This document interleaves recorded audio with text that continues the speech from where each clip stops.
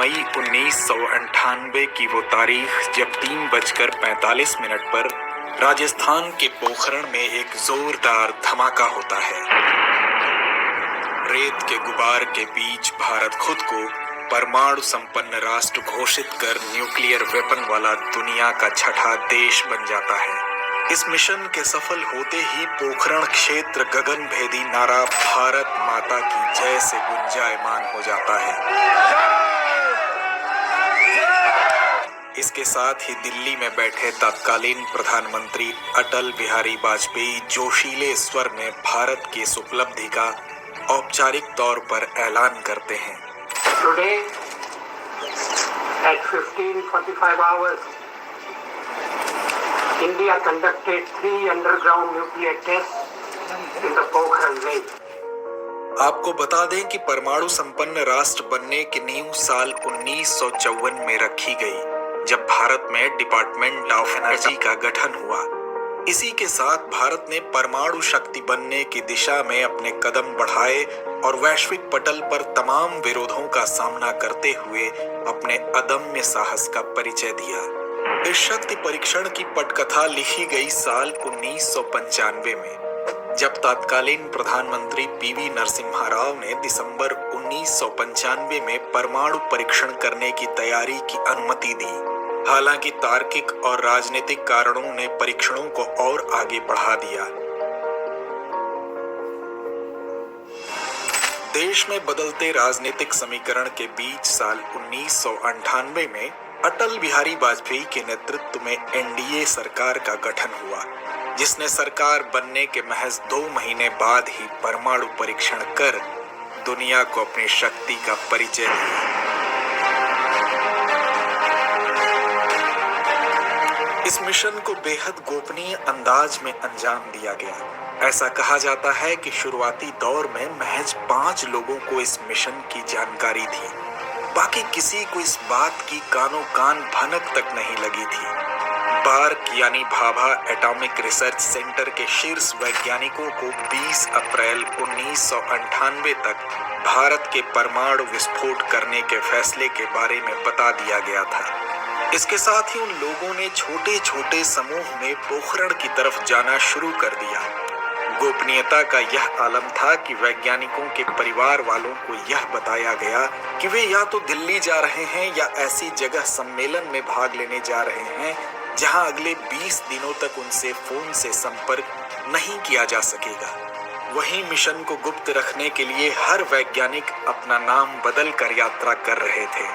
जैसे ही वे लोग पोखरण पहुंचे तो वहां उन सबको सेना की वर्दी पहनने के लिए दी गई। साथ ही रहने के लिए सतह से थोड़े निचले हिस्से में कमरे दिए गए, जिसमें लकड़ी के पार्टीशन लगे हुए थे और उन कमरों में मात्र एक पलंग रखने भर की जगह थी। अब वैज्ञानिक तो पहुंच गए, लेकिन असली दिक्कत थी बम को पोखरण पहुंचाने की, जिसका तोड़ भी निकाला गया। परमाणु बमों का कोड नेम था कैंटीन स्टोर्स। यह बम मुंबई के भूमिगत वॉल्ट में रखे थे। इन वॉल्ट्स को 80 के दशक में बनाया गया था और उन्हें हर साल विश्वकर्मा पूजा के दिन ही खोला जाता था। बहरहाल प्लानिंग के मुताबिक प्लूटोनियम बमों को गेंद की शक्ल में बनाया गया था, जो कि टेनिस बॉल से थोड़ी ही बड़ी थी। इन गेंदों का वजन 3 से 8 किलो के। इन सब को एक काले बक्से में रखा गया था। इन बक्सों की शक्ल सेबों के क्रेट से मिलती जुलती थी, लेकिन उनके अंदर पैकिंग इस ढंग से की गई थी कि पोखरण ले जाने के दौरान विस्फोटकों को कोई नुकसान न पहुंचे। बार्क के वैज्ञानिकों का सबसे बड़ा सिरदर्द था इन गोलों को अपने ही सुरक्षा कर्मियों को बिना बताए वहां से हटवाना। सुरक्षा कर्मियों की कुछ खास उपकरणों को दक्षिण में दूसरे परमाणु संयंत्र में ले जाना है।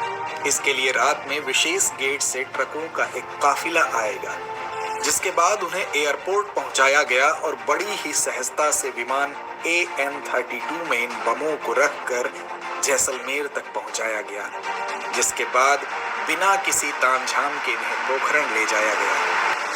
तमाम मुश्किलों को पार करके भारत अब अपने लक्ष्य से चंद कदमों की दूरी पर था, लेकिन अब उसके सामने सबसे बड़ी चुनौती थी अमेरिका की नजरों से बचाकर इस मिशन को सफल करना। दरअसल अमेरिका खुफिया सैटेलाइट के जरिए भारत के हर कदम पर पैनी नजर बनाए हुए था। ऐसे में सब कुछ बहुत गोपनीय और शांति करना था।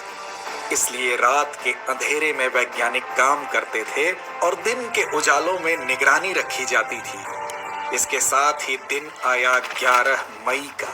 तय कार्यक्रम के अनुसार वैज्ञानिक अपनी पोजीशन ले चुके थे, लेकिन पोखरण रेंज में हवा की गति तेज थी, जिसके कारण मिशन को कुछ देर रोका गया। चूंकि हवा की तेज गति से आसपास के गांव में रेडिएशन फैलने का खतरा था। हालांकि कुछ पलों के इंतजार के बाद हवा की गति सामान्य हुई और मिशन के कार्यभारी राजगोपाल चिदंबरम जी अब्दुल कलाम ने मोर्चा संभालते हुए मिशन को अंजाम दिया। ठीक 3:45 पर विस्फोट किया गया। इस धमाके से पूरा इलाका कांप गया। बंकर के अंदर बैठे वैज्ञानिकों के कंप्यूटर स्क्रीन पर जल रही रेड लाइट्स परीक्षण के सफल होने का प्रमाण दे रही थी। रेतीली जमीन से भारत ने दुनिया को अपनी शक्ति का परिचय दिया। इस विहंगम दृश्य को देख वहां मौजूद सैनिकों के मुख से भारत माता की जय के नारे फूट पड़े। दूसरी तरफ तत्कालीन प्रधानमंत्री के सचिव ब्रजेश मिश्र टेलीफोन के पास बैठ मिशन के सफल होने का इंतजार कर रहे थे और फोन की पहली घंटी बजते ही उन्होंने फोन उठाया और इसके बाद प्रधानमंत्री ने देश के साथ यह संदेश साझा किया। Today, at 15:45 hours, India conducted 3 underground nuclear tests in the Pokhran Lake. परमाणु सुरक्षा में आत्मनिर्भर बनने का यह क्षण बेहद गौरवशाली। इस दिवस के महत्व को देखते हुए भारत सरकार ने 11 मई को राष्ट्रीय प्रौद्योगिकी दिवस के रूप में मनाने का ऐलान किया। तो दोस्तों, आज के इस एपिसोड में बस इतना ही। फिर जल्द मिलते हैं नई कहानी के साथ। जय हिंद।